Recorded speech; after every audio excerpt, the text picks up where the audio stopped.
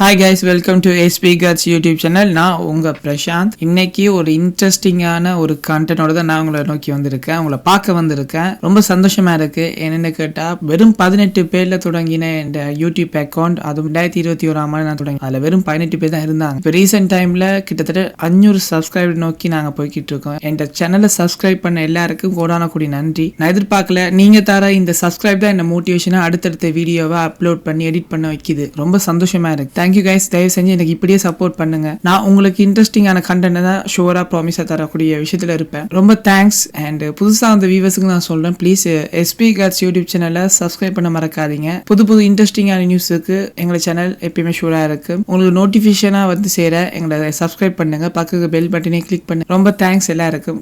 ரொம்ப தேங்க்ஸ். எனக்கு இது தவிர வேற என்ன வார்த்தை சொல்றேன்னு எனக்கு தெரியல. Once again welcome to SP Guts YouTube channel. இன்னைக்கு நாங்க ஒரு முக்கியமான இன்ட்ரெஸ்டிங்கான பிக் பாஸ் சீசனை பத்தி தான் பேச போறோம்.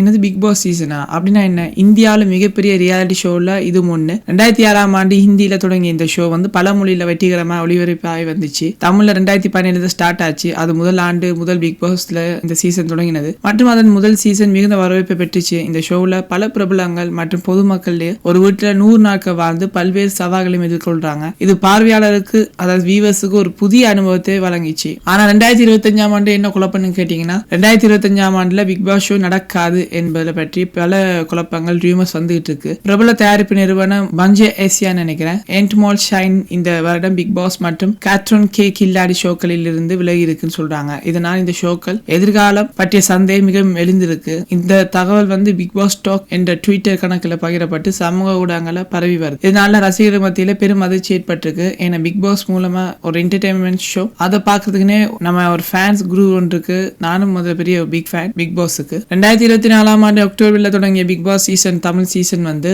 2025ஆம் ஆண்டு ஜனவரி 19ஆம் ஆண்டு முடிவடைஞ்சிச்சு. இந்த சீசன்ல விஜய் சேதுபதி முதன்முறையாக தொகுப்பாளராக பணியாற்றினாரு. முத்துக்குமார் இந்த சீசன்ல வெற்றியாளராக அறிவிக்கப்பட்டாரு. இந்த சீசன் ரசிகர்களின் மிகுந்த வரவேற்பை பெற்ற போதும் கூட விஜய் சேதுபதியின் தொகுப்பாளரின் பாணி, போட்டியாளரின் நடத்தை மற்றும் நிகழ்ச்சியின் வடிவமைப்பு அனைத்தும் பார்வையாளர்களை ஈர்த்திருக்குன்னு சொல்லலாம். பிக் பாஸ் தமிழ் சீசன் 9 பற்றிய அதிகாரப்பூர்வ அறிவிப்பு இதுவரை வெளியிடப்படவில்லை கைஸ். ஆனா கடந்த சீசன்களை வெற்றியை பொறுத்து ரசிகர்கள் இந்த வருடம் புதிய சீசன் எதிர்பார்க்கிறாங்க. இதே போல ஹிந்தி பிக் பாஸ் எடுத்துக்கிட்டோன்னு சொன்னா கிட்டத்தட்ட 19 சீசன் போயிருக்கு பற்றிய தகவலும், அதாவது 18 சீசன் முடிஞ்சிருக்கு. 19 சீசனுக்கு வெயிட்டில இருக்காங்க சில ஃபேன்ஸ். அதை பற்றிய தகவலும் தெளிவாக இல்ல. தயாரிப்பு இந்த நிறுவனத்துல விலகல் மற்றும் முக்கிய ஸ்பான்சர்களின் ஆதரவு குறைவு போன்ற காரணங்கள் இது மூலமா தெரிய வருது. ஷோக்களின் எதிர்காலத்தையும் கூட இது பாதிக்கலாம் என தெளிவா எங்களுக்கு சோர்ஸ் சொல்லுது. பிக் பாஸ் ஷோ சமூக ஊடகங்கள்ல மிகுந்த வரவேற்பை பெற்றிருக்கு. ரசிகர்கள், போட்டியாளர்கள் நடத்தை, நிகழ்ச்சியின் திருப்பங்கள் மற்றும் தொகுப்பாளரின் பாணி பற்றி தொடர்ந்து அவங்க வந்து விவாதிக்கிட்டு வராங்க, பேசிக்கிட்டு வராங்க, ஆர்கியூமெண்ட்ஸ் பண்ணிட்டு வராங்க. இது முக்கியமா சொல்லணும். இந்த வருடம் ஷோ நடைபெறுமா என்பது பற்றிய பெருங்குழப்பம் இருக்கு. சோசியல் மீடியால இதை பத்தி தான் பழைய கருத்துக்களை உருவாக்கிட்டு வராங்க.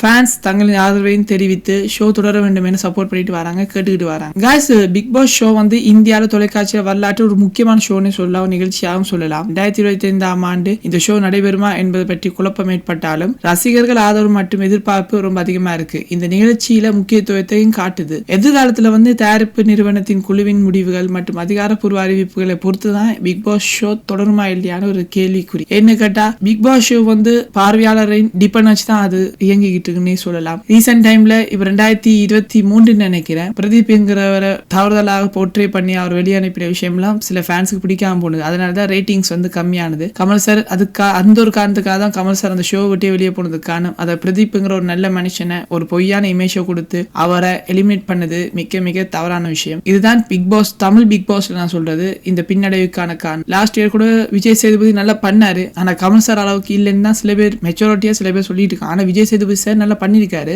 இந்த வருடம் நாங்க எக்ஸ்பெக்ட் பண்றோம் வி வாண்ட் பிக் பாஸ் 9 தமிழ்லன்னு சொல்லலாம். அதுவும் கமல் சார் இல்லாட்டி விஜய் சேதுபதி சார் வந்தா கூட எங்களுக்கு ஓகே.